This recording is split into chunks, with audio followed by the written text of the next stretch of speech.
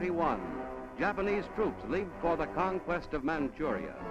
Japan, the first of this war's aggressor nations, starting out a full 14 years ago on a career of international conquest and pillage. Shanghai in 1937, full-scale warfare against China. The world was still unready to deal properly with such wanton aggression. Japan's diplomats addressing the League of Nations attempted to justify their crimes against peace and decency, and then walked out.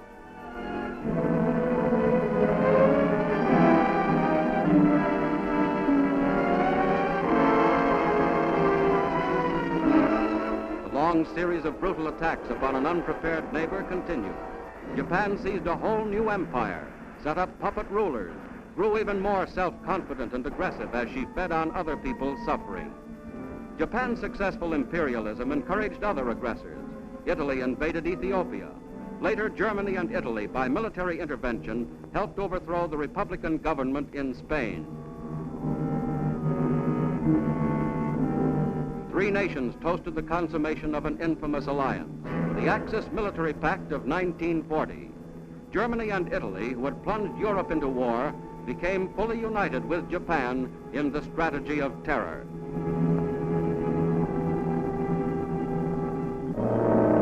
And through it all, bleeding, pillaged China continued as the scene of misery and death.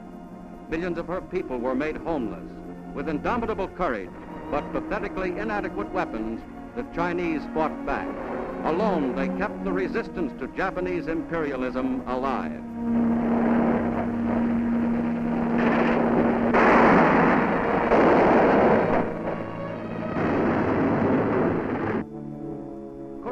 And Nomura, Japanese envoys to the United States, described themselves as missionaries of friendship and peace.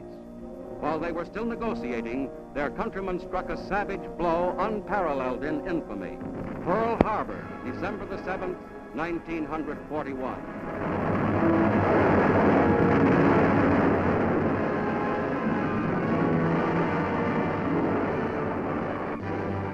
In spite of crippling damage, the United States fleet, augmented by British, Australian, and Dutch units, set out to find the enemy. In the battles of the Coral Sea and Midway, the Japanese advance was halted. Even as the enemy made fast his grip on Hong Kong, Burma, Manila, Singapore, the Allies began the long journey back. At Guadalcanal, step by step, the Japanese were beaten back. At Bougainville, Tarawa, Kwajalein, Saipan, Guam. In the Philippines, under Japanese rule, Allied prisoners had been subjected to indescribable suffering. The Filipino people had never stopped fighting. Douglas MacArthur had promised them, "I shall return," and return he did. Iwo Jima, only 450 miles from Japan, the full power of the American Pacific fleets, of land, sea, and air forces, tirelessly rehearsed in combat through scores of swift amphibious invasions, struck a semi-final blow. The Japanese dead ran into the hundreds of thousands, and once again, a flag of liberty was dramatically run up. Under General Buckner, who gave his life there, combined American forces fought the long and costly campaign for Okinawa in the Ryukyus, at the very doorstep of Japan. It was Japan's final hour, and in incredibly furious combat, enemy soldiers had to be destroyed cave by cave and one by one. But finally, their morale cracked open by American power, the first masses of Japanese soldiers began to give up voluntarily. Japan's fanatical suicide corps, in desperation air attacks, inflicted heavy damage on American naval forces off Okinawa. This was Kamikaze. It was sensational, but it could never stop the Allied advance.